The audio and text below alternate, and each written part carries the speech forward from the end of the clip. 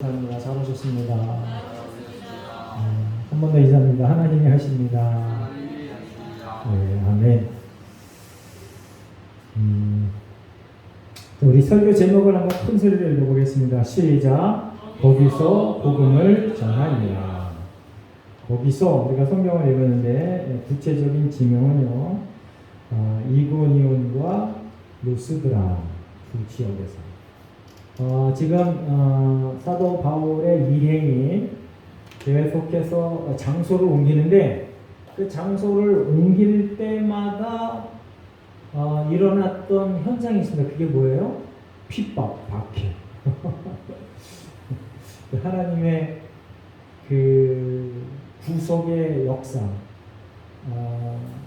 초대교회에서 하나님이 복음 전도자들에게 했던 아주 특별한 방법, 그게 박해와 핍박, 협박 이런 거였어요. 오늘날은 어떨까? 돌이켜보면 오늘날도 똑같은 것 같아요. 이 인간들은 참 간사해서 자꾸 좋은 환경만 주면 그 좋은 환경에 오염돼서 거기에 푹 빠져가지고 그것만 자랑해. 좋은 환경만 자랑해.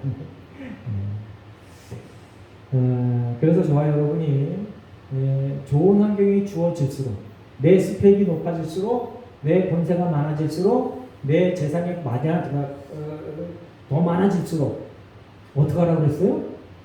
나눠라. 나누는 삶을 살아야 하나님께서 그 인생을 통하여 순적한 삶을 살아내도록 계속 그렇게 인도해 간다는 거예요. 나누지 않으면, 지금은 여기서 전도를 열심히 했는데도 불구하고 하나님께서 핍박으로 다른 곳으로 옮겨가게 해요. 하나님의 아주 특별한 방법입니다. 모든 전도자에게 다 이러한 방법을 쓰시지는 않죠. 각각 모든 사람들에게 하나님이 쓰시는 방법이 다양하다는 것을 여러분들이 기억하시기 바랍니다. 자, 이제 안디옥에서 복음을 전할 때 이 유대인들이 거기에 유력한 자들을 선동을 해서 반박하고 비난을 해요. 그리고 박해를 해요. 그리고 추방시켜버렸어요. 그래서 드디어 마침내 이고니온에 왔습니다. 이고니온에 왔더니 이고니온 1절을 시작하는데 이고니온에서 두 사도가 함께, 이제 여러분들 사도 하면은 12사도가 생각나죠? 사도. 여러분들 사도의 정의가 뭘까요? 사도. 왜 제자와 사도라는 말이 있는데 제자와 사도의 그 말의 뜻이 뭘까요? 제자는 그야말로 배우는 사람들, 사도는 보내심을 받은 사람들. 이 말 뜻이 그겁니다. 자, 그런데 우리가 전통적으로 사도 그러면 12사도를 생각하고 예수님과 동행하지 않았던 사람은 사도라고 칭하면 안 돼 라고 우리가 그렇게 알고 있었습니다. 그런데 오늘 보니까 이 두 사도 그러면 누구를 가리킬까요? 바울과 바나바를 가리키죠. 이 바울과 바나바를 이후로는 계속해서 이 두 사도라고, 두 사도 그러면서 여러 번 얘기합니다. 1절에서 얘기하고 4절에서 얘기하고 5절에서 얘기하고 14절에서 얘기하고. 네? 두 사도. 자, 사도행전 1장 21절 22절 말씀을 한번 제가 읽어보겠습니다. 사도행전 1장 21절 22절. 이러함으로 요한의 세례로부터 우리 가운데서 올려져 가신 그날까지 주 예수께서 우리 가운데 출입하실 때에 항상 우리와 함께 다니던 사람 중에 하나를 세워 우리와 더불어 예수께서 부활하심을 증언할 사람이 되게 하려 하거늘. 그러니까 이제 가룟 유다가 사도의 반열에서 이탈했습니다. 그때 그 한 자리를 보충하기 위해서 베드로가 한 말이에요. 그러니까 세례 요한 때부터 예수님과 늘 동행했던 사람, 그 사람 중에서 제비를 뽑아서 하나 뽑자. 그런데 정말 중요한 건 뭐냐면 그거보다 정말 중요한 거 핵심이 뭐냐면 우리와 더불어 예수께서 부활하심을 증언할 사람이 되어야 하리라. 이게 더 중요한 겁니다. 예수의 부활하심을 증언할 사람. 여러분들 제가 설교할 때 증언이라는 그 말 뜻에 순교의 말 뜻이 담겨 있다라고 여러 번 얘기했습니다. 내가 순교 당할 각오를 하고 예수를 다른 사람에게 전하는 것, 그걸 하는 사람을 사도라 그런다. 할렐루야, 할렐루야. 네, 사도. 그래서 오늘 충분히 이 바울과 바나바를 사도라고 부를 만한 성경적 근거를 우리 사도행전에서 찾을 수 있어요. 사도행전 1장에서 우리가 그 성경을 보면서 찾을 수 있어요. 내가 목숨 걸고 예수의 부활하심을 증거하는 사람, 이 하나님이 보낸 사람, 그게 사도라는 거예요. 자, 이제 이 두 사도가 이 이고니온에 와서도 또 회당에 들어갑니다. 그런데 이 회당에 들어가서 복음을 전하는 게 이게 마지막이에요. 여기가 마지막으로 이렇게 등장하고 나서 이후로는 이 사도 바울이 아주 대놓고 이방인들에게 복음을 전하는 그러한 일들을 합니다. 이제 이고니온에 있는 이 회당에서 마지막으로 사도 바울이 회당에서 복음을 전합니다. 그런데 1절에 보니까 회당에서 복음을 전하는데 안디옥에서 복음을 전했을 때와 똑같이 유대와 헬라의 허다한 무리가 믿더라. 할렐루야. 아멘. 저와 여러분이 복음을 전할 때마다 이러한 일들이 일어나시기를 예수님의 이름으로 축원합니다. 복음을 전하시기 바랍니다. 성령께서 하시는 거예요. 저와 여러분은 순종만 하면 돼요.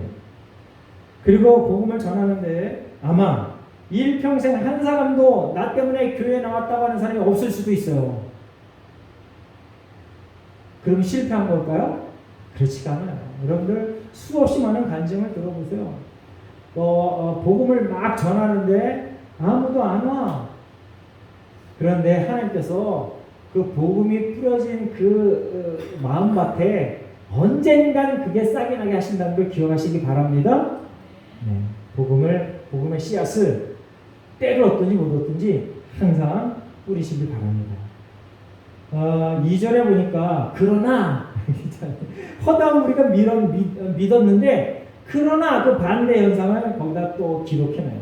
순종하지 아니한 유대인들이 이방인들의 마음을 선동하여 형제들에게 악감을 품게 하거든요. 참 골치 아픕니다. 순종하지 아니하는 유대인들. 여기서 순종하지 않은 유대인들은 뭐 뜻하냐면요. 사도 바울이 복음을 전했는데 그 복음을 인정하지 않는다. 하나님의 말씀을 인정하지 않고 따르지 않는다라는 거예요. 그러면 사무엘상 15장 임창균 사무엘상 15장 22절 말씀을 한번 읽어보겠습니다. 사무엘상 15장 22절 앞에 보고 다 같이 있습니다. 시작. 사무엘이 이르되 여호와께서 번제와 다른 제사를 그의 목소리를 청종하는 것을 좋아하신 같이 좋아하시겠나이까. 순종이 제사보다 낫고 듣는 것이 신앙의 기름보다 나으니. 이게 사무엘이 누구에게 하는 말일까요? 사무엘이 사울왕에게 한 얘기예요. 사울왕이 갖고 오지 말라고 하는 그 적들의 좋은 짐승들 다 갖고 와가지고 이제 사무엘이 사울에게 이 얘기를 해줘요. 순종이 제사보다 낫다. 그만 따라해보겠습니다. 순종이 제사보다 낫다. 그러니까 여러분들 이렇게 와서 예배 드리는 거 잘하는 건데 이 예배보다 또 소중한 게 있는데 뭐냐면 여러분들의 일상생활을 통해서 하나님이 창조주이십니다. 예수가 구세주이신가를 보여주는 것, 그게 더 중요하다는 거예요. 아멘? 그래요. 그게 더 중요하다. 이 예배하는 거 정말 중요한 겁니다. 예배에 와서 하나님을 경배하고 찬양하는 거 중요한 거예요. 말씀 듣고 아멘하는 거 중요한 거예요. 그런데 교회 문을 나서자마자 생각과 가치가 이단과 이방신을 섬기는 사람이랑 똑같아. 그럼 꽝이 나는 거야. 자, 이제 사무엘이 사울 왕에게 하나님의 말씀을 대신해서 전했어요. 그런데 사울 왕이 그 사무엘의 말을 개무시했어요. 하나님의 말씀을 존귀 여깁시다. 하지 말라는 건 절대 하지 말고 하라는 건 절대 하고, 이러한 삶의 태도를 취해야 됩니다. 그게 바로 순종하는 삶의 자세인 거죠. 히브리서 11장 8절을 제가 있습니다. 믿음으로 아브라함은 부르심을 받을 때에 순종하여 장래 유업으로 받을 땅에 나아갈새 갈 바를 알지 못하고 나갔습니다. 이게 순종입니다. 자, 아브라함이 너 땅이 이거야 라고 땅을 보여주고 글로 가. 그게 아니고 장래 유업으로 받을 땅에 나아갔어요. 아니, 내가 앞으로 받을 땅이 있을 거야 하면서 가는 거야. 이거 참 아주 세상 사람들이 보면 완전 미친 짓이에요. 믿는 우리가 봐도 아브라함은 정말 미친 짓이야. 자, 아브라함이 이 얘기를 받고 지금 장래 유업을 받을 땅을 가는데 그게 바로 옆 동네가 아니고요. 그 여기서 의정부 가는 그 정도가 아니고요. 부산 가는 그 정도가 아니고요. 예? 수천 킬로 떨어진 그런 땅을 믿음으로 바라보고 갔다는 거예요. 저와 여러분에게 하나님은 그 정도의 순종을 요구한다는 걸 기억하시기 바랍니다. 오늘 예배에 나온 거 잘하신 겁니다. 정말 잘하신 거예요. 코로나 시대에 정부에서는 그냥 강제로 예배 드리지 말라고 그냥. 그런데 이제 막 반기를 들고 대전인가 어딘가 그 기독교 연합회에서는 목사님들이 이제 니들만 안 따라. 우리 다 예배 드릴 거야. 반기를 들었어요. 근데 오늘 어떻게 하고 있는지 모르겠는데 되게 궁금해요. 그리고 이제 서울과 경기도에서 재판이 걸려가지고 최종 판결이 어제 판결이 났어요. 20명 이하는 예배 드려도 괜찮다. 그 판결이 나서 그게 적용이 됐어요. 이번 주부터. 그런데 여러분들 이걸 아세요? 우리나라 교회가 한 20만 개 되는데 20명 이하의 교회가 몇 프로나 될까요? 50%가 넘어. 우리 같은 교회 20명 미만의 교회가 50%가 넘어요. 우리나라 교회 정말 목사님들 아주 그냥 고생합니다. 혹자들은 그래요. 그러면 왜 목사해? 그냥 간두고 그냥 교회끼리 합치지. 하나님이 하라 그러니까 한 거예요, 그게. 그리고 하나님이 그 모양으로 계속 살게 하시는 거야. 그쪽 방편으로 좀 생각을 해보시기 바랍니다. 그냥 인간적으로 저거 네가 열심히 안 하니까, 물론 열심히 안 해서 하는 경우도 있어요. 근데 오늘도 보세요. 오늘도 아니 하나님께서 그렇게 충성하는 사도 바울과 바나바를 왜 핍박을 당하게 해? 쫓겨다니게 하냐고. 이게 인간적인 상식으로 통용이 돼요? 성령 충만하고, 기도하면 막 죽은 사람도 막 살려내는 그러한 사람, 능력자는 아니고 하나님이 그를 통하여 그렇게 역사하시는 분인데, 이제 그래서 우리가 항상 어떤 상황이든지 하나님 앞에 바짝 엎드려 순종하는, 순종의 정도가 내가 앞으로 줄게, 너 이거 가. 그러면 그걸 내가 손으로 잡아보지도 못하고 눈으로 확인도 안 되는 그걸 바라보면서 가는 거야. 그래서 성경에서 얘기하는 우리에게 가장 큰 약속이 뭐냐면 주 예수를 믿어라. 그래야 너와 내 집 구원을 얻으리라. 할렐루야. 요한복음 3장 16절. 이것이 가장 큰 저와 여러분의 믿음의 이유가 되어야 돼요. 내 죄가 완전히 속죄가 됐다. 내가 의로운 사람이 아닌데 예수 그리스도에는 의로운 사람이 됐다. 영생을 소유한 사람이 됐다. 우리 믿음과 우리 신앙생활의 기초와 근간이 그거예요. 그랬던 사람들이 지금 아브라함인 거예요. 그리고 사도 바울과 바나바인 거죠. 자, 마태복음 12장 50절 누구든지 하늘에 계신 내 아버지의 뜻대로 하는 자가 내 형제요 내 자매요 어머니이라 하시더라. 예수님께서 제자들 앞에서 이 얘기를 하셨어요. 이제 예수님이 설교를 하고 있는데 밖에 예수님의 친동생과 어머니가 왔어. 그래서 제자 중에 한 사람이 예수님 선생님 밖에 동생과 형제와 어머니가 왔습니다. 그랬더니 예수님께서 뭐라 그런 줄 아세요? 내 아버지의 뜻대로 행하는 자가 내 형제요 자매 내 어머니다. 아멘. 여러분들 하나님의 뜻대로 하나님의 말씀대로 살아가는 게 이렇게 중요한 거야. 순종이 이렇게 중요한 거야. 그럼 그렇게 뜻대로 살아가는 사람에게 주어지는 상급이 영생이다라는 걸 기억하시기 바랍니다. 우리가 거기에 초점이 딱 맞춰져야 돼. 그래야 이 오고 가는 모든 부귀영화, 오고 가는 모든 희노애락, 모든 질병과 건강 그걸 초월할 수 있는 거예요. 그러한 믿음이 없으면 거기에 딱 막혀가지고 부자가 되는 대로 시험에 들어서 탈락되고, 가난하면 가난한 대로 시험에 들어서 탈락되고, 건강하면 건강한 대로 시험에 들어서 탈락되고, 병약해지고 병약해진 대로 시험에 들어서 탈락되는 거예요. 자, 부귀영화, 희노애락, 건강과 건강하지 않은 걸 초월하는 믿음의 사람 되시기를 예수님으로 축원합니다.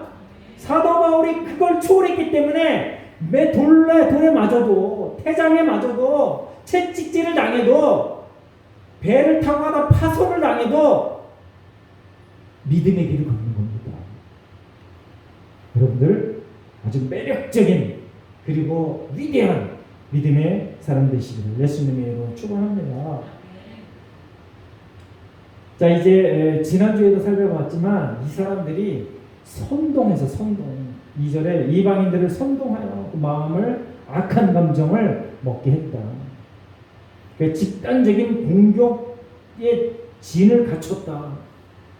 여러분들 복음을 전하면은요 항상 이런 어려움을 경험하게 됩니다.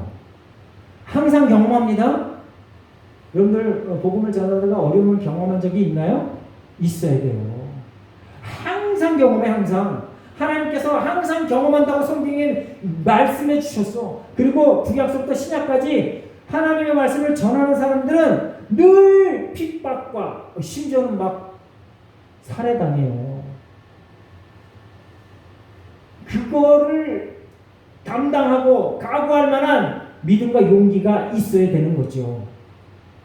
새로운 차원의 믿음의 사람 되시기를 예수님으로 축원합니다. 그래요.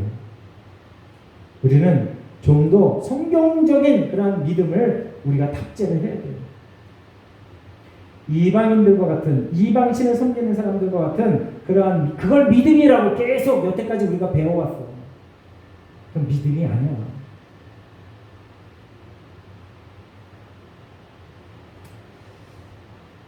자, 3절을 한번 읽어보겠습니다. 3절 다 같이 있습니다. 시작. 두 사도가 오래 있어 주를 힘입어 담대히 말하니 주께서 그들의 손으로 표적과 기사를 행하게 하여 주사 자기 은혜의 말씀을 증언하시니. 여기 아주 정말 중요한 말씀이 있습니다. 마지막에 자기 은혜의 말씀을 증언하시니. 자기가 누굴까요? 하나님, 성령님, 예수님. 예수님께서 스스로가 자기를 증거했다 이런 뜻입니다. 지금 복음을 누가 전하고 있어요? 두 사도가 전하고 있어. 그런데 그 두 사도가 복음을 전하는데 그 두 사도를 그렇게 하게 하는 사람이 누구라고요? 하는 사람이 아니라 하는 존재가 하나님이시다. 그러니까 두 사도는 하나님의 명령에 순종했을 뿐인 것입니다. 아멘. 그리고 또 살펴볼 것은 주를 힘입어 담대히 말하니. 여러분들 항상 주를 힘입어야 됩니다. 예수를 힘입어야 됩니다. 조금 전에도 말씀드렸습니다. 우리가 뭘 얻어낼 때 하나님의 힘을 얻어서 얻어내는 것, 그게 중요한 거예요. 여러분 뭘 얻어낼 때 하나님 외에 다른 잡신의 힘을 빌어서 얻어내는 사람이 얼마나 많아요? 훨씬 더 많아요. 지금 이 땅에, 지금 지구상에 기독교인이 절반이 안 넘어요. 놀라운 일이죠. 네? 아니 이렇게 유능하고 탁월한 사람들이 성경 전체 몇천 년 동안 계속 말씀을 전했는데 절반이 안 넘어. 절반이 뭐야, 절반이. 3분의 1도 안 넘어. 뭐 숫자상으로는 뭐 카톨릭 뭐 전부 그냥 뭐 동방 종교 뭐 해가지고 전부 다 뭐 기독교 뭐 다 해서 숫자상으로는 뭐 꽤 돼요. 뭐 한 20억, 30억 뭐 이렇게 되는데 과연 그 중에 정말 하나님을 창조주로 예수를 구주로 고백하는 사람이 몇이나 될까? 지금 여기 예배드리는 저와 여러분 중에 정말 예수를 주로 고백하는 사람이 누굴까? 한번 고민해 보시기 바랍니다. 정말 하나님, 나는 하나님이 최고입니다. 예수님 아니면 아무것도 아닙니다. 예수님이 최고입니다. 말로만 고백하는 그런 사람이 되지 말고 내 삶 전체를 통해서 예수가 나의 최고의 자랑거리입니다. 사도 바울이 그 얘기를 했어요. 여러 번 했습니다. 그리고 자기의 모든 스펙을 다 똥으로 여기겠다. 이렇게 고백을 해, 선포를 해버려요. 아예 선포를. 그래서 저와 여러분요, 주를 힘입어 해야 돼요. 여러분들, 제가 어릴 때 우리 동네 무당이 참 많았어요. 신기해. 최근에도 무당이 있었는데 제 친구 엄마가 무당이었어요. 근데 되게 용했어. 내 기억으로는 그 친구 엄마가 진짜로 작두 나를 타고 거기서 방망 떴어. 와, 그거 보고 모든 사람이 쫄아요. 진짜 신이요? 막 이러면서.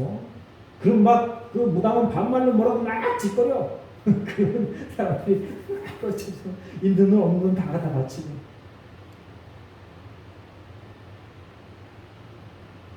무당들도요, 기적을 일으켜요. 저와 여러분이 하나님 외에 다른 잡신의 힘을 빌어서 뭔가 이루어내려고 하는 생각을 지금부터 아예 끊어버리시기 바랍니다. 그럼 자신들도 우리가 생각하는 부귀영화 이런 걸 다 줄 수 있어요. 네? 참 신기하죠? 병도 고쳐줄 수 있어요. 참 놀라운 일입니다. 어떤 사람은 막 자기 몸을 막 띄워. 마술이 아니고 진짜로 띄워. 그걸 공중부양이라고 해요. 그래서 여러분들이 기적을 보면서 혹해가지고 글로 뿅 하고 또로로 쫓아가는 그런 바보 같은 짓을 하지 않길 바랍니다. 내 눈앞에서 엄청난 기적이 일어나도 하나님의 말씀만 부여잡는 그러한 인생 되시길 예수님으로 축원합니다. 자, 이제 이고니온에서 이렇게 기적과 표적과 기사를 일으켰어요. 그리고 이제 하나님께서 이 둘을 이용해서 자기의 은혜를 자기가 증거했어요. 이거 얼마나 놀라운 일입니까? 저와 여러분이 말씀을 증거하고 선포할 때 성령께서 뒤에서 강력하게 우리를 서포트해 준다는 걸, 우리를 꽉 붙들고 있다는 걸 기억하시기 바랍니다. 어디든 담대하게 용감하게 그렇게 복음을 전하는 저와 여러분 됐으면 좋겠습니다. 그런데 이렇게 그 이고니온에서도 엄청난 일을 행했는데 말씀을 할 때도 많은 사람이 감동을 받고, 그리고 기적과 표적을 일으켰는데 5절에 보니까 이방인과 유대인과 그 관리들이 두 사도를 모욕하며 돌로 치려고 달려들었다. 여기에 이전에는 유대인과 헬라인 이렇게 얘기했는데 거기 플러스 관리 이렇게 돼 있습니다. 이제는 정치인들도 합세를 해서 이 복음 전하는 두 사도를 박해했어요. 우리가 얼마 전에 그 헤롯 왕이 야고보를 죽이고 나서 유대인들이 막 좋아하니까 베드로 사도도 죽이려고 그랬었잖아요. 최근에 여러분들 지금 우리나라 언론은 정말 해도 너무해요. 정말 중요한 얘기를 방송을 안 해줘. 그 최근에 어떤 장관이 교회 종탑을 없애는 것에 대해서 언급한 적이 있습니다. 정부에서 보조금을 주겠대. 여러분 이런 들어봤어요? 조승 입사님 들어봤어요? 세상에나 마상에나. 지금 통계상으로는 우리나라 기독교인이 1000만 명이에요. 그러면은 엄청난 영향력이에요. 그 뉴스가 얼마나 중요해요? 이만큼도 안 나와.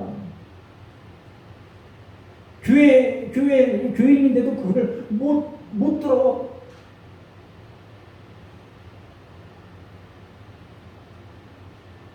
물론 이제 이것저것 다 좋게 포장하고 싸발라서 그렇게 얘기합니다.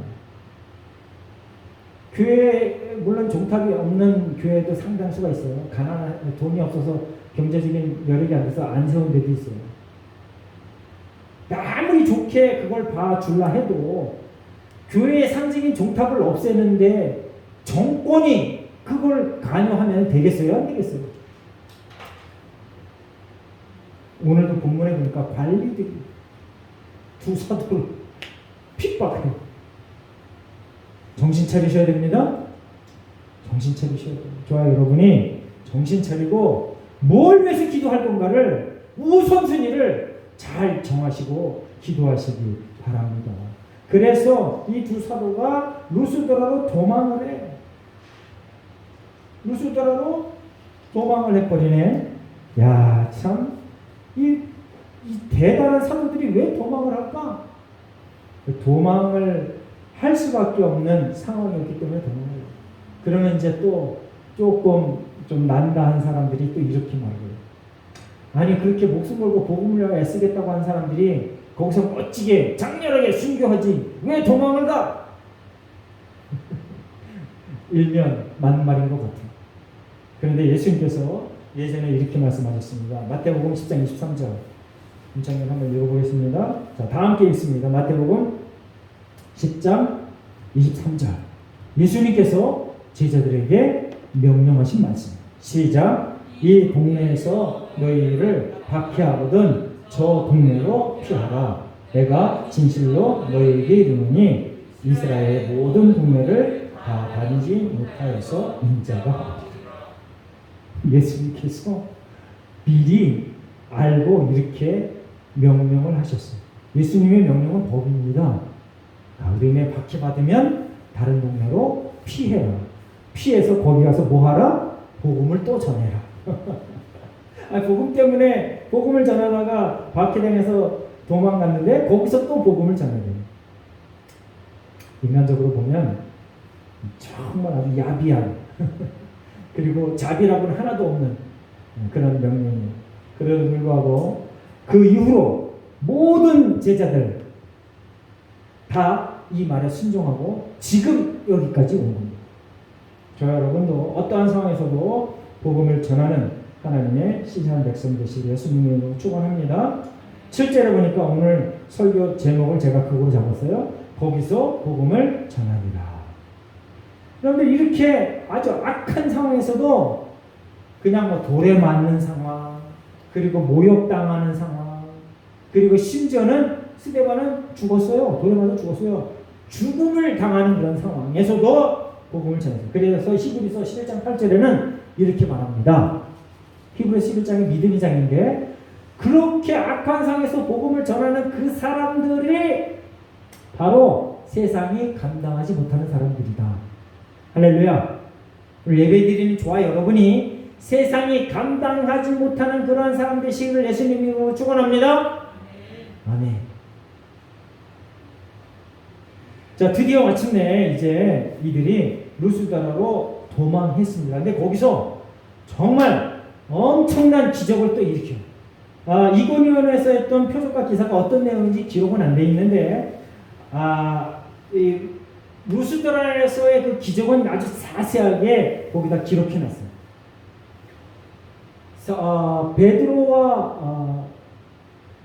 베드로와 요한이 사도행전 초기에 성전 미문에서 나면서부터 안진뱅이 된 사람을 고쳤어요. 그런데 오늘은 바울이 나면서 걷지 못하는 사람, 똑같은 얘기입니다. 똑같은 기적을 일으켜요. 누가 하신 거라고요? 하나님이 하신 거라고요. 왜 하신 거라고요? 여러 가지 이유가 있습니다. 이 사도 바울이 전하는 복음이 맞는 거야 라고 하는 보증의 뜻이 있고요. 또 한 가지는 저와 여러분도 마찬가지입니다. 복음을 전하다가 어려움 당하면 누구나 다 기분 나빠져요. 누구나 다 다운이 돼요. 이거 그만둬야지 하는 생각이 벌떡벌떡 나요. 하나님께서 사도 바울과 바나바를 응원하는 그런 응원의 차원에 있다는 걸 기억하시기 바랍니다. 그러니까 복음을 전하는 사람들에게 하나님께서 하나님의 말씀이 반드시 맞아. 그리고 너는 끝까지 내 말에 순종해. 라고 하는 그러한, 물론 다른 여러 가지 많은 이유도 있지만 요 주된 요 두 가지 목적으로 인하여 기적을 일으키신다. 할렐루야? 그럼 저와 여러분도 복음을 전하면 기적을 일으킬 수 있습니다? 그러니까 복음을 전하면서 내가 유명해지려고 하는 생각 빼고, 하나님 제발 좀 도와주세요. 하나님이 말이 맞다는 걸 지금 이 현장에서 보여주세요. 그렇게 기도하면 하나님께서 안 들어주실래? 안 들어줄 수가 없는 거야. 예수님의 이름으로 기도해 보시기 바랍니다. 그래요. 그래서 이 나면서부터 걷지 못했던 이 사람이 드디어 걸어요. 그랬더니 사람들이 어떻게 반응하냐? 여러분들 기적을 본 사람들은요 늘 이렇게 비성경적인 반응을 보여요. 이거는 뭐 당연한 거예요. 옛날에도 그렇고 지금도 마찬가지야. 그런데 정말 중요한 게 뭐냐? 사도 바울의 태도입니다. 바나바의 태도. 한번 읽어보겠습니다. 14절 말씀 큰 소리로 한번 읽어보겠습니다. 시작. 두 사도 바나바와 바울이 듣고 옷을 찢고 무리 가운데 뛰어들어